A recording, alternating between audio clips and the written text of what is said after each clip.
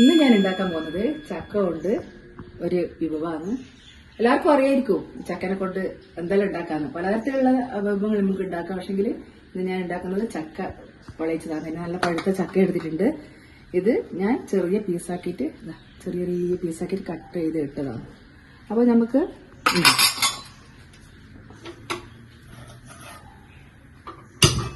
ഒരു വട്ടപ്പാത്രം അടുപ്പത്ത് വെക്കുക.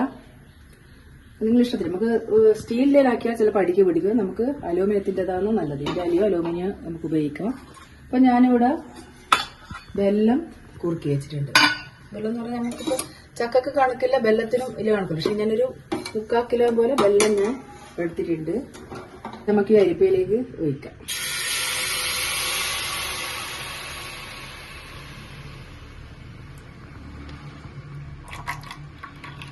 ഇപ്പൊ ഇത് 1/2 കിലോ പോലെ ഇങ്ങനെ ഒഴിച്ചത് കാരണം ചക്കക്ക് നല്ല മധുരമുണ്ട്. അപ്പൊ ചക്കന്റെ മധുരം നോക്കിയിട്ട് നമുക്ക് ഒഴിക്കാലോ, കുറച്ച് കഴിഞ്ഞിട്ട് ഒഴിക്കാൻ വേണ്ടിക്കില്ല. അപ്പൊ നമ്മൾ ചക്ക ഇതിന്റെ അകത്തേക്ക്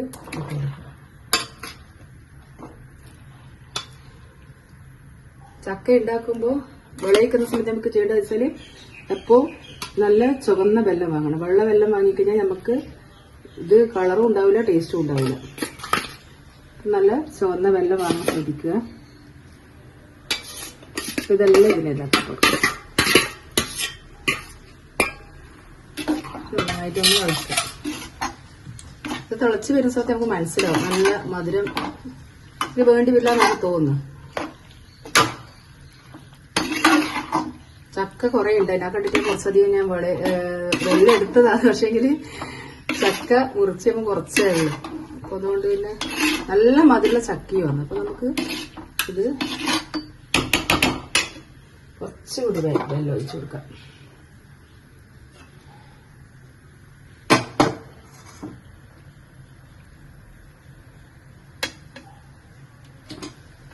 വേണമെങ്കിൽ നമുക്ക് ചേർത്ത് കൊടുക്കാം. വെന്ത് വരുന്ന സമയത്ത് മധുരം വേണ്ടിക്കല് നമുക്ക് കുറച്ചുകൂടി ചേർത്ത് കൊടുക്കാം. ഇതിങ്ങനെ വെച്ച് അടച്ചു കൊടുക്കാം. ലാസ്റ്റ് കുറച്ച് പശു നെയ്യ് ചേർക്കണം. പക്ഷെ എനിക്ക് പശു നെയ്യ് തീർന്നത് കൊണ്ട് എന്റെ കുറച്ച് വെണ്ണയുണ്ട്, ഉണ്ടാക്കി വെച്ച വെണ്ണയാണ്. ഈ വെണ്ണ കുറച്ച് ഉരുക്കി കഴിഞ്ഞാൽ നമുക്ക് പശു നെയ്യാവും. അപ്പൊ അതിന് വേണ്ടിയിട്ട് നമുക്ക് കുറച്ച് വെണ്ണ ഉരുക്കാം.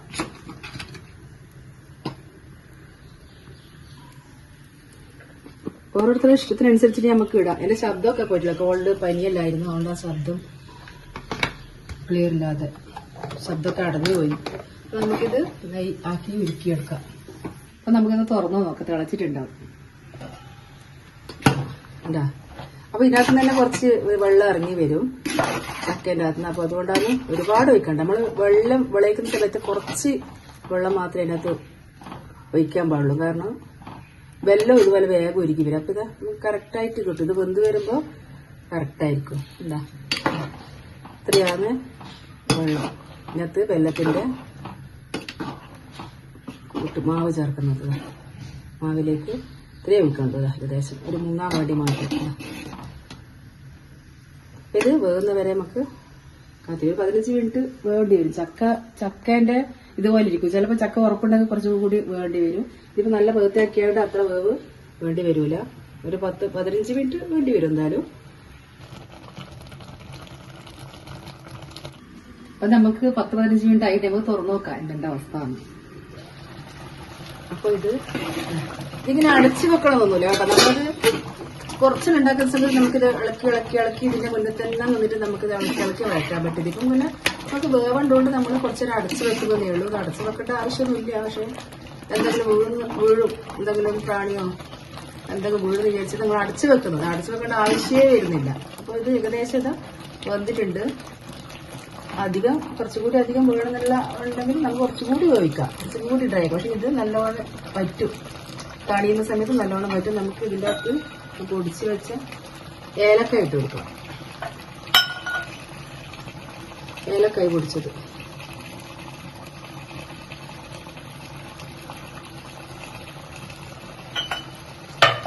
പിന്നെ ഞാൻ വെണ്ണ ഉരുക്കിയിട്ട് നെയ്യാക്കിയിട്ടുണ്ട്. ഈ നെയ്യ് ഇത് എത്ര 2 ടീസ്പൂൺ, വലിയ 2-3 ടീസ്പൂണ് നെയ്യ് ഇതിനകത്തേക്ക് ചേർത്ത് കൊടുക്കാം.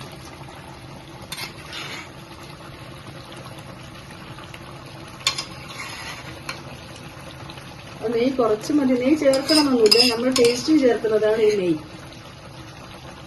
നെയ്യ് ചേർക്കണമെന്നൊന്നുമില്ല, പറ്റാത്ത ആൾക്ക് ചേർക്കണ്ട.